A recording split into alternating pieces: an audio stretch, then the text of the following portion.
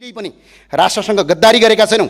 राष्ट्रको उच्च तहमा बसेर राष्ट्रहित विपरीत एमसिसी जस्ता राष्ट्रघाती सम्झौताको मस्यौदा तयार गरेका छैनौँ हामीले। सम्माननीय सभामुख महोदय, हामीले अर्थमन्त्रीज्यूको विश्वविद्यालयको सर्टिफिकेटमाथि प्रश्न गरेका होइनौँ। हामीले भन्सारका दर हेरफेर भयो कि भएन, बजेटको सूचना चुहावट भयो कि भएन, राज्यलाई राजस्व नोक्सानी पुर्याइयो कि पुर्याइएन भन्ने विषयमा प्रश्न उठाएका हौँ। सम्माननीय सभामुख महोदय, यदि केही पनि भएको थिएन भने विद्युतीय सवारी साधनमा 2 हप्तासम्म प्रधानमन्त्रीको कार्यालयले भन्सारबाट आएका गाडीहरू नियन्त्रणमा राख्न किन आवश्यक ठान्यो?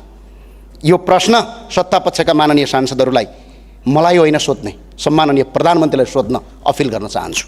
सम्माननीय सभामुख महोदय, सत्तापक्षका सांसदले भन्नुभएछ संसदमा चार्ट ल्याएर आऊ, प्रमाण ल्याएर आऊ। चार्ट र प्रमाण व्यक्तिले बोकेर ल्याउने चलन संसदमा छैन, यो संसदीय अभ्यासमा छैन। संसदमा चार्ट र प्रमाण बोकेर ल्याउनका लागि संसदीय छानबिन समिति आवश्यक हुन्छ। त्यो संसदीय छानबिन समितिले संसदमा ल्याउने हो।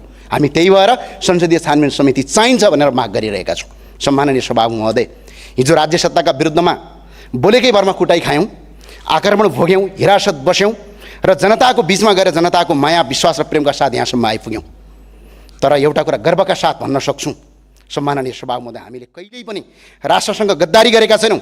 राष्ट्रको उच्च तहमा बसेर राष्ट्रहित विपरीत एमसिसी जस्ता राष्ट्रघाती सम्झौताको मस्यौदा तयार गरेका छैनौँ हामीले। सम्माननीय सभामुख महोदय, राज्यलाई अरबौँ रुपैयाँ नोक्सानी पुर्याउनेहरूसँग साँठगाँठ गरेका छैनौँ।